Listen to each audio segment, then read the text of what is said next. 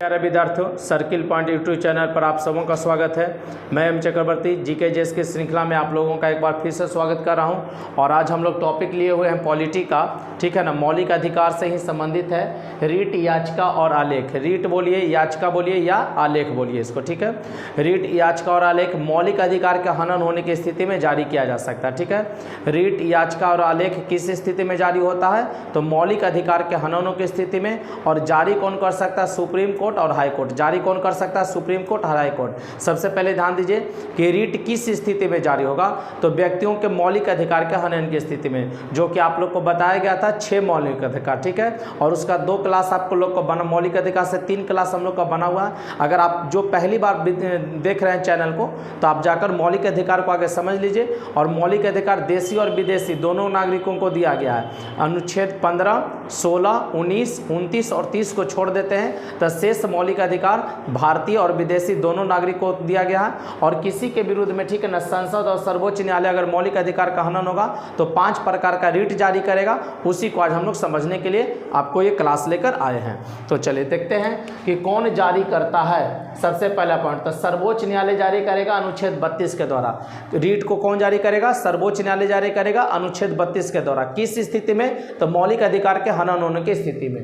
ध्यान दीजिएगा, नोट करके आपको क्या लिखा है। अनुच्छेद 32 लिखो, उसके बाद देखेंगे संसद को अनुच्छेद 139 के तहत, संसद को अनुच्छेद 139 के तहत यह शक्ति प्राप्त है कि वह सर्वोच्च न्यायालय को भी किन्हीं परियोजना के लिए रीट जारी करने की शक्ति प्रदान कर सकता है। मतलब सर्वोच्च न्यायालय रीट जारी कर सकता है, एक तो 32 के द्वारा, अनुच्छेद 32 के द्वारा, और दूसरा अनुच्छेद 139 के द्वारा। लेकिन 139 के द्वारा ये पावर कौन देगा? संसद देगा। सर्वोच्च न्यायालय को यह अधिकार कौन देगा? पावर कौन देगा? संसद देगा, अनुच्छेद 139 के द्वारा, ठीक है। कि वो किसी और प्रयोजन के लिए भी अगर रीट जारी कर सकता है, लेकिन यह अधिकार सिर्फ संसद देगा। अगला पॉइंट है उच्च न्यायालय। तो उच्च न्यायालय अनुच्छेद 226 के द्वारा रीट जारी करता है। उच्च न्यायालय कितना? उच्च न्यायालय अर्थात आप हाई कोर्ट बोल सकते हैं, तो किसके द्वारा? अनुच्छेद 226 के द्वारा जारी करेगा। अब आ जाइए सुप्रीम कोर्ट और हाई कोर्ट के जो रीट जारी करता है, जो शक्ति दिया, उसमें क्या मूल अंतर है? सर्वोच्च न्यायालय और उच्च न्यायालय में रीट जारी करने के शक्ति में क्या अंतर है? तो सर्वोच्च न्यायालय पूरे भारतवर्ष के लिए रीट जारी कर सकता है। ध्यान दीजिएगा, पहला पॉइंट क्या बोला गया? सर्वोच्च न्यायालय पूरे भारतवर्ष के लिए रीट जारी कर सकता है। अब सुप्रीम कोर्ट दूसरा देखेंगे, सिर्फ मौलिक अधिकार के हनन होने की स्थिति में। सुप्रीम कोर्ट है जो सिर्फ मौलिक अधिकार के हनन होने की स्थिति में ही रीट जारी कर सकता है। सुप्रीम कोर्ट को पावर दिया गया है। सुप्रीम कोर्ट के विरुद्ध कहीं भी अपील नहीं की जा सकती। अगर सुप्रीम कोर्ट जो फैसला दे दिया तो उसके विरुद्ध आप कहीं अपील नहीं कर सकते। तो ये 3 था पॉइंट किसके लिए? सुप्रीम कोर्ट के लिए। सुप्रीम कोर्ट पूरे भारतवर्ष के लिए मौलिक रीट जारी कर सकता है। मौलिक अधिकार के हनन होने की स्थिति में सुप्रीम कोर्ट रीट जारी करेगा। और सुप्रीम कोर्ट के विरुद्ध कहीं भी आप अपील नहीं कर सकते हैं। अब हाई कोर्ट का देखेंगे बेसिक अंतर क्या है। तो हाई कोर्ट संबंधित राज्य के लिए रीट जारी कर सकता है। देखेंगे सुप्रीम कोर्ट पूरे भारत के लिए और हाई कोर्ट संबंधित राज्य के लिए। जैसे मामला अगर बिहार का होगा तो आप पटना हाई कोर्ट में जाएंगे, मामला अगर उत्तर प्रदेश का है तो इलाहाबाद हाई कोर्ट में जाएंगे। मतलब जिस राज्य का मामला होगा उसी राज्य के हाई कोर्ट में जाएंगे। लेकिन सुप्रीम कोर्ट पूरे भारतवर्ष के लिए जारी कर सकता है। अब हाई कोर्ट का दूसरा देखेंगे अंतर, हाई कोर्ट उच्च न्यायालय। हाई कोर्ट उच्च न्यायालय मौलिक अधिकार का हनन, एससी मतलब हाई कोर्ट होगा, ध्यान दीजिएगा। मौलिक अधिकार का हनन, कानूनी अधिकार का हनन, संवैधानिक अधिकार का हनन में भी रीट जारी कर सकता है। हाई कोर्ट है जो मौलिक अधिकार का हनन होने की स्थिति में, कानूनी अधिकार का हनन और संवैधानिक अधिकार का हनन में भी रीट जारी कर सकता है। तो ये 2-3 अंतर था सुप्रीम कोर्ट और हाई कोर्ट के मौलिक अधिकार का हनन होने की स्थिति में जो रीट जारी करने का अधिकार दिया गया उसके संबंध में। अब देखेंगे सुप्रीम कोर्ट और हाई कोर्ट 5 प्रकार के रीट को जारी करता है। सुप्रीम कोर्ट, हाई कोर्ट कितने प्रकार के? 5 प्रकार के रीट को जारी करता है। सबसे पहला दिया गया बंदी प्रत्यक्षीकरण। सबसे पहले क्या दिया गया? बंदी प्रत्यक्षीकरण। दूसरा परमादेश। दूसरा क्या है? परमादेश। तीसरा प्रतिषेध, चौथा उत्प्रेषण और 5वां अधिकार परीक्षा। ध्यान दीजिएगा 5 प्रकार का आलेख कौन सा है? पहला है बंदी प्रत्यक्षीकरण, दूसरा परमादेश, तीसरा प्रतिषेध, चौथा उत्प्रेषण और 5वां अधिकार परीक्षा।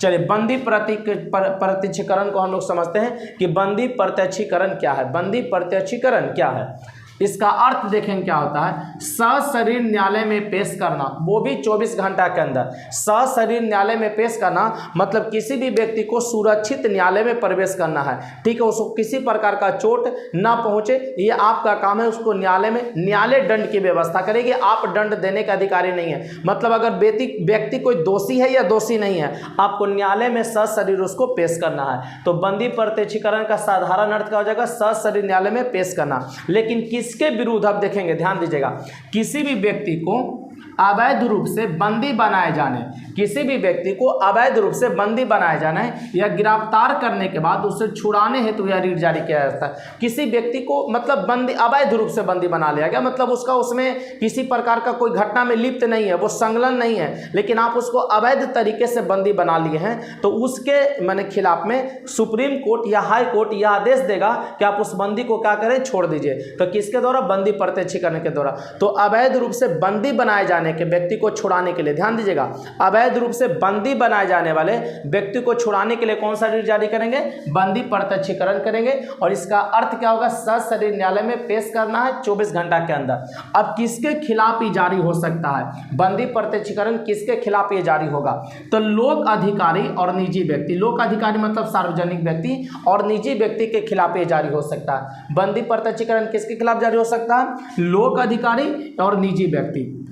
किसके खिलाफ जारी नहीं किया जा सकता है, ध्यान दीजिएगा, किसके खिलाफ ये जारी नहीं किया जा सकता है, बंदी प्रत्यक्षीकरण। समझेंगे, गिरफ्तारी किसी कानून के तहत हुई।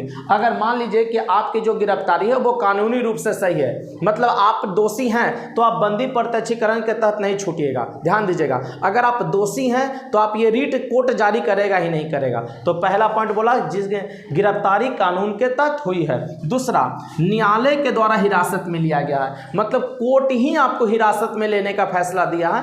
कोई भी कोर्ट हो, चाहे वो डिस्ट्रिक्ट कोर्ट हो, हाई कोर्ट हो, सुप्रीम कोर्ट, कोई कोर्ट हो, आपको न्यायालय के द्वारा हिरासत में लिया गया है, तो उस मामले में भी आप ये रीट जारी नहीं कर सकते। ये रीट जारी किनके खिलाफ होगा, तो लोक अधिकारी और निजी व्यक्ति के खिलाफ होगा। किसके खिलाफ जारी नहीं कर सकते हैं, तो गिरफ्तारी अगर किसी कानून के तहत हुआ है और न्यायालय के द्वारा आपको हिरासत में लिया गया है, तो ये रीट जारी आप नहीं कर सकते हैं। अब 2 पॉइंट आपको नोट करके देखेंगे क्या है। इस रीट के माध्यम से अनुच्छेद 21 और 22 का रक्षा होता है। कहता बंदी प्रत्यक्षीकरण वाला जो रीट होगा उसके मामले से, उसके माध्यम से कौन अनुच्छेद का रक्षा होगा, तो अनुच्छेद 21 और अनुच्छेद 22 का रक्षा होगा। और अनुच्छेद 21 क्या है, प्राण एवं दैहिक स्वतंत्रता, और 22 क्या है, गिरफ्तार किए गए व्यक्तियों को कुछ अधिकार दिया गया। गिरफ्तारी के संबंध में जो व्यक्ति को गिरफ्तार किया गया उसको भी कुछ अधिकार है, जैसे बताए थे आपको कि 24 घंटा के अंदर उसे न्यायालय में प्रस्तुत किया जाए, गिरफ्तारी के कारण जानने का उसको अधिकार है, और अपने पसंद का वो वकील रख सकता है। चलिए, व्यक्तिगत स्वतंत्रता के लिए हाई कोर्ट किस रीट को जारी कर सकता है, व्यक्तिगत स्वतंत्रता के लिए तो कौन सा रीट जारी करेगा, बंदी प्रत्यक्षीकरण जारी करेगा। दूसरा प्रश्न देख लीजिए वो कि अवैध कैद से मुक्त कराने के लिए कौन सा रीट जारी होगा, तो बंदी प्रत्यक्षीकरण। अवैध कैद से मुक्त कराने के लिए यह रीट जारी किया जाता है, मतलब कौन रीट जारी किया जाता है, बंदी प्रत्यक्षीकरण। तो आज ध्यान दीजिएगा, क्लास हम लोग का बंदी प्रत्यक्षीकरण को आपको मैं उम्मीद करता हूं कि आप समझ गए होंगे। कल हम लोग देख लेंगे परमादेश, प्रतिषिद्ध, उत्प्रेषण और अधिकार परीक्षा को हम लोग समझ लेंगे। तो आज की क्लास आप लोग की यहीं तक, इसको आप बेहतर तरीके से देख लीजिएगा। जहां पर भी दिक्कत हो 1-2 बार आप वीडियो को थोड़ा रोक करके आप उसको समझने का प्रयास करेंगे। आसान सा टॉपिक है, आपको समझ में आ जाएगा, और प्रश्न भी परीक्षाओं में इससे बनते रहते हैं। तो बच्चों, कल के क्लास में मिलेंगे हम लोग। आज के लिए बस इतना ही, तब तक के लिए जय हिंद, जय भारत, बेस्ट ऑफ लक, जय हिंद।